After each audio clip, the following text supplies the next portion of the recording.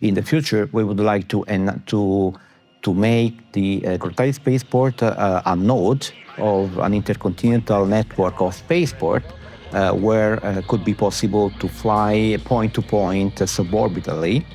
And to do so, of course, we should strengthen our relationship with other spaceports around the world, specifically and in particular with the spaceport in the United States.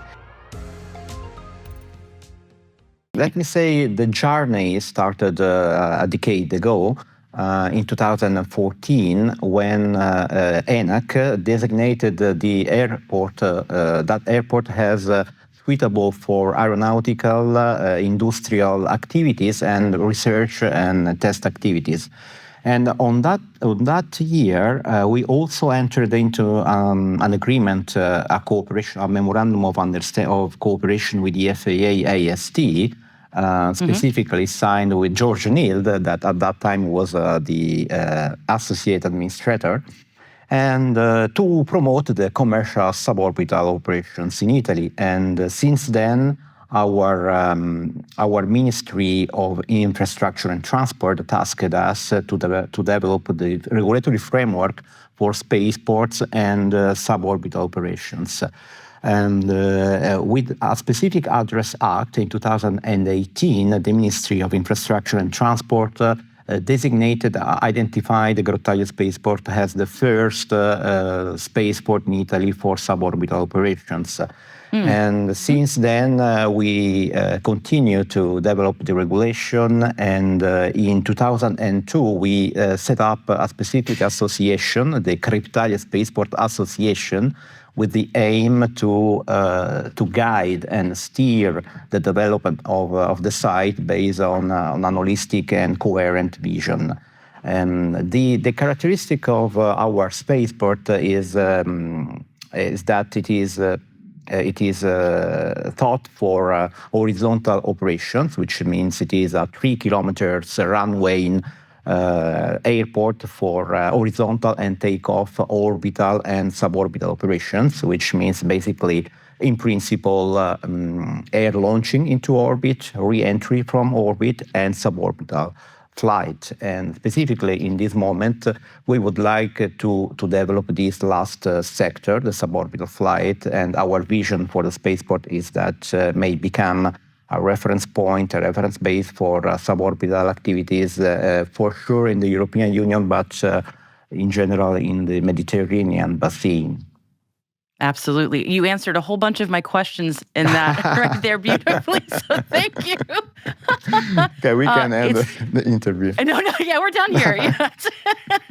I appreciate that answer very much. Thank you. It gives me a better sense of how the spaceport fits in with the overall ecosystem and how it's going to help develop so much of the already very strong aerospace ecosystem, not just in Italy, but also in the Mediterranean and in Europe in general. So I want to skip ahead a little bit to the agreement that you all signed with Virgin Galactic, which was very interesting to hear about that news. Indeed. Please tell me more about that. Of course.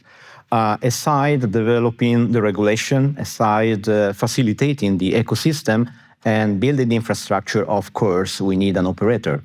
And since last year, we have been working diligently with Virgin Galactic to, let me say, finalize this agreement, which foresee the development of a feasibility study to understand, to identify the conditions under which suborbital operations could be carried out in Italy at Grottaglie Spaceport in our environment, according to our regulation, our technical regulation.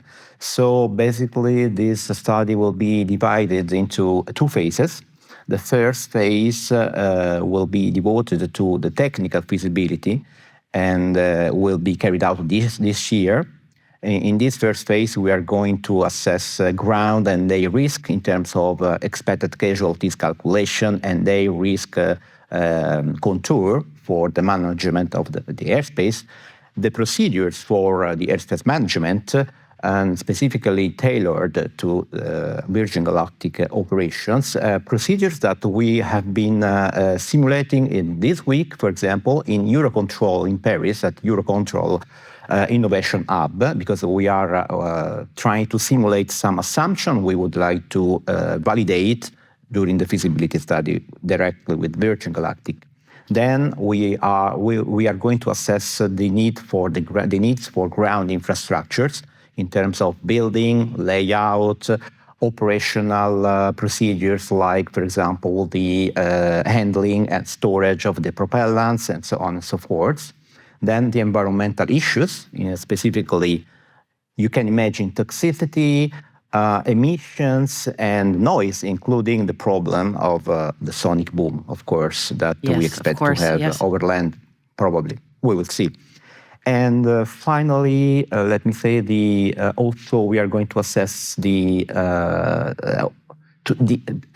which extent the new design of the vehicle of Virgin Galactic will be able to comply with our regulations. Because one of the main differences we have with the US regulation is that we also have some high-level performance-based requirement for the safety of the occupants, which is something different from the United States. Very, very high level, but we would like to ensure, let me say, a minimum level of safety for the occupants. And to that end, it will be important to have a minimum assessment of the design of the vehicle.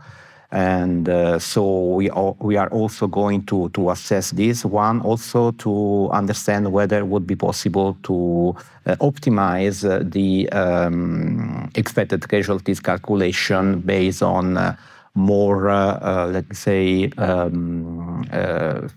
more representative failure rates of the vehicle. Yes. Yep. Mm-hmm. And because our environment is more complex than the environment where Virgin Galactic flies in the United States. Certainly, yes. In the United States, there are deserts. We don't have desert, but we have the sea. But nevertheless, we are close to dense populated areas. So our big effort will be to try to understand how to mitigate this problem and how to reach the goal to ensure a minimum level of safety for people on ground in this complex environment. Indeed, that's our challenge, I would say. Yeah. And that sorry, is go ahead. Please go ahead. And I forget the second phase of the study.